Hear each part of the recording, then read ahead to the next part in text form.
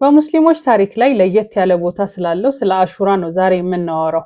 የፊታችን ሐሙስ ሙሐረም 10 ላይ የሚደረገው ይህ አሹራ ምንድነው የሚለውን መረጃ ነው ዛሬ ይዤላችሁ የመጣሁት። አሰላሙ አለይኩም ወራህመቱላሂ ወበረካቱ። ስለዚህ አሹራ ምንድነው ከሚለው እንጀምራለን። አሹራ ውዱ ነብያችን ሙሳ አለይሂ ሰላም ከፊርዓውን ነጃ የወጡበት ቀን ሲሆን ይህንን ቀን አይሁዶች ጾሞ ባዩ ጊዜ ነብያችን አለይሂ ሰላቱ ወሰላም ይህን ቀን የመጾም ግዴታና መብት ያለን እኛ ነን፣ ጾሙንም መቀበል አለብን የሚለውን ሐዲስ አስተላልፈዋል።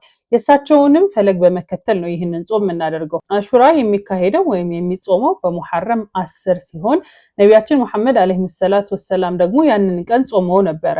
ከጾሙ በኋላ ግን የሚቀጥለው ዓመት ኢንሻአላህ 9ኛውንም ቀን ጨምሬ ይጾማለሁ ስላሉ ስለዚህ ሁለቱን ቀናቶች በይበልጥ ይጾማሉ። የሙሐረም 9 እና የሙሐረም 10 ለኛ ደግሞ የፊታችን ሮብና ሐሙስ ኢንሻአላህ በጾም የምንቀበላቸው ቀናቶች ይሆናሉ። ከዚሁም ጋር ተያይዞ ነቢያችን አለይሂ ሰላቱ ወሰላም ይህንን ቀን መጾም የዓመት ወንጀላችንን እንደሚያስምርልን ነግረውናል። ስለዚህ ከምንጾምበት ዓመት በፊት የሰራናቸው ወንጀሎች በሙሉ ንጹህ ሆነው እንደሚታጠቡልና ዘንባችን እንደሚማርልን ነግረውናል። ለዛም ነው ይሄንን ጾም መጾሙ በጣም የተወደደና ባለብዙ ጥቅም የሆነው። ነገር ግን የተለያዩ ሀገራቶች ላይ የተለያዩ ባህሎችን አስከትሎ ይዞ መጥቷል። ለዛም ነው ምን መደረግ አለበት ምን መደረግ የሌለበትም የሚለውን ነገር ሰርች አድርጌ ለእናንተ ይዤላችሁ የመጣሁት። ሞሮኮ ላይ ለየት ያለ ነገር ይደረጋል። በብዛት እንደምናየው ወይም ታሪኮች ላይ እንደሚያሳዩት ሞሮኮ ለየት ባለ መልኩ ነው አሹራን የሚያስተናግዱ ወይም ደግሞ ከኢድ ጋር በተመሳሳይ መልኩ እንደ ትልቅ የቤተሰብ በዓል ነው የሚያሳልፉት። ለኢድ ስጦታ እንደምናደርገው ጣፋጭ ነገሮችን በመስራት የተለያዩ ምግቦችን ቤታቸውንም በማጌጥ እንዲሁም የተለያዩ አዳዎችን በማድረግ ነው ሞሮኮውያኖች ይህንን አሹራ የሚያሳልፉት። ከዛ ውጪ ግን መጠንቀቅ ያለብን አንዳንድ ባህላቶችንም ይጨምራሉ። ከነሱ ውስጥ አንዱ እሳትን አቀጣጥሎ እሳቱ ላይ መዝለል ወይም ደግሞ ዘሎ ማለፍ የመጥፎ እድልን ያስወግድልናል ብለው በማሰብ ይሄንንም ያደርጋሉ። መጠንቀቅ ያለብን እዚህ ጋር ነው። አሹራን ስናስብ የምናስበው ነብዩላህ ሙሳ አለይሂ ሰላም ከፊርዓውን ነፃ የወጡበትን ቀን ለማስታወስና ለአላህ ምስጋና ለማቅረብ ነው ይህ ጾም የሚካሄደው። ታዲያ መጠንቀቅ ያለብን እንደ ሞሮኮ ባሉ ሀገራቶች ላይ እነዚህ ባህላቶችን ከጊዜ ወደ ጊዜ እየመጡ ወይም ደግሞ ብዙ ሰዎች እየተከተሏቸው ሲመጡ መጠንቀቅ ያለብን ሐዲስ ላይ የተቀመጠ ቁርአን ላይ የተቀመጠ አሹራ መደረግ አለበት የለበትም የሚሉ ነገሮችን ቼክ አድርጎ ማድረጉ የተሻለ ነው ብዬ ስለማስብ ነው የመጣሁት።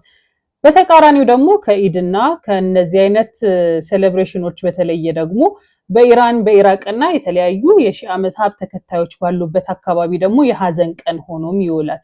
አሹራ የሐዘን ቀን የሆነበት ምክንያት የውዱ ነብያችን አለይሂ ሰላቱ ወሰላም የልጅ ልጃቸው የሆነው የአልሁሴን ረዲየላሁ አንሁ ሞትም የተደረገው ወይም ደግሞ የተገደሉበት ሸሂድ የሆኑበት ቀን ይህ ቀን በመሆኑ ምክንያት የሺዓ ቤተሰቦች በሙሉ በሐዘን የሚውሉበት ወይም በሐዘን የሚያስቡበት ሞታቸውን በማሰብ ያጡትን እጦትና የነበራቸውን ታሪክ እያስታወሱ በሐዘን የሚውሉበትም ቀን ይሆናል ማለት ነው። ስለዚህ በአንድ በኩል እንደ ኢድ አድርገው ሴሌብሬት እያደረጉ የሚያሳልፉ ኮሚኒቲዎች አሉ። በተቃራኒው በኩል ደግሞ እንደ ሐዘን ተቀምጠው ደግሞ በጣም የተለያዩ ሐዲሶችን በማስታወስ የሚውሉ ሰዎችም አሉ። ከዛ ወጣ እንበልና አንድ ላይ ሰብሰብ አድርገን በሐዲስ ላይ ባየናቸው ነገሮች በቁርአን ላይ በተነገሩ ነገሮች ሁሉ መመራችን መሆን ያለበት እሱ ስለሆነ አንዳንድ ነገሮችን ልበላችሁ። እኛ ጋር የምናስተውላቸው አንዳንድ ነገሮችን እናንሳ።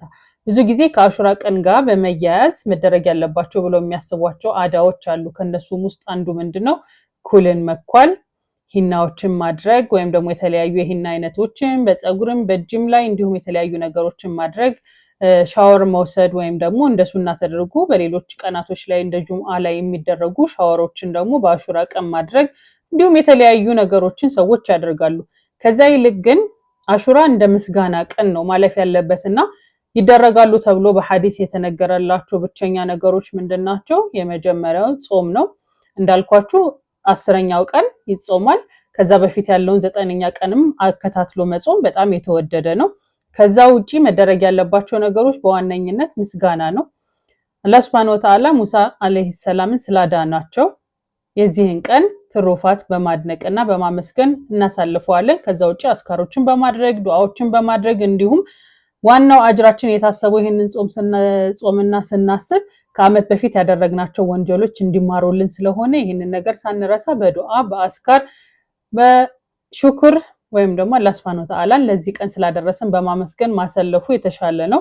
እንዲሁም ደግሞ የተለያዩ ፈትዋዎችን መጠየቅና ማየቱ የተሻለ ነው ብዬ አስባለሁ። እሺን ቀን ተውባ የምናደርግባት ማንኛውንም ወንጀል ካደረግንበት መለስ ብለን አላህ Subhanahu Wa Ta'ala ተውባ የምንጠይቅበት ዱዓ የምናደርግበት የተለያዩ ሐጃዎቻችን እንዲወጡ የምንጠይቅበት ቀን አድርገነው በእስቲግፋር በጾም በዱዓ በአስካር እናሳልፈው። ከዛ ውጪ ደግሞ የምናገኛቸው መረጃዎች ሁሌም ቢሆን ቼክ ማድረግ አንርሳ። የኛ የምንለው ታማኝ የምንለው ኡስታዞቻችን ላይ ከኛ የተሻለ ዕውቀት አላቸው ብለን የምናስባቸውን ኡስታዞች በመጠየቅ መረጃዎቻችን ሁሌም ቢሆን የምንቀበለው መረጃ ትክክል መሆኑን እናረጋግጥ።